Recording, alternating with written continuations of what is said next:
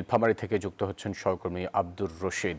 রশিদ, ফসলের ক্ষয়ক্ষতি নিয়ে কৃষকরা কি বলছেন, আর যাদের বিরুদ্ধে কৃষকদের অভিযোগ তাদের সাথে কথা হয়েছে কিনা, তারা কি বলছেন?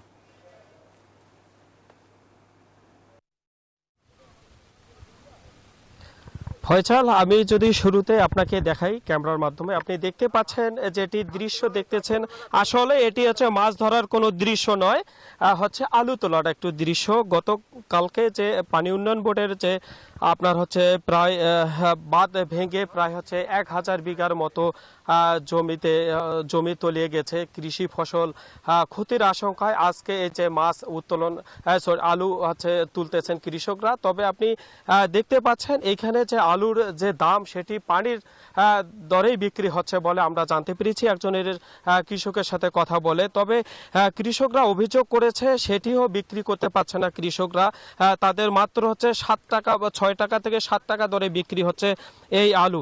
তবে আমার সামনে একজন কৃষক আছে, আমরা জানতে চাবো আসলে আপনার কিরকম ক্ষতি হয়েছে এবং হচ্ছে আপনি কি আপনার তালিকা হয়েছে কিনা পানি উন্নয়ন বোর্ড যেটা করছে বিরাট ক্ষতি করছে।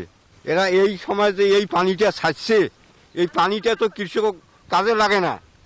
এখন এই যে কৃষক আলু তামাক সরিষা আবাদ করছে, এই আবাদগুলো সম্পূর্ণ ধ্বংস হয়ে গেল। দেখেন এই দোলায়।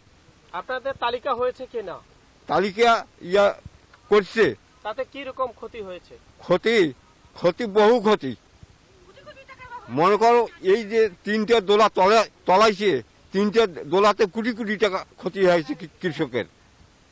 ধন্যবাদ আপনাকে। আসলে আপনি কৃষকের মুখ থেকে শুনেছিলেন, তিনি আমাদেরকে জানিয়েছেন এখানে হচ্ছে যেহেতু 3টি দোলার হচ্ছে আলু শুধু নয় বিভিন্ন সবজি ফসল নষ্ট হয়েছে বলে আমাদেরকে জানিয়েছে। এই ছিল নীলফামারীর সিংদই থেকে সর্বশেষ সংবাদ। আমি ফিরে যাচ্ছি স্টুডিওতে। রশিদ, আপনাকে ধন্যবাদ যুক্ত হওয়ার জন্য।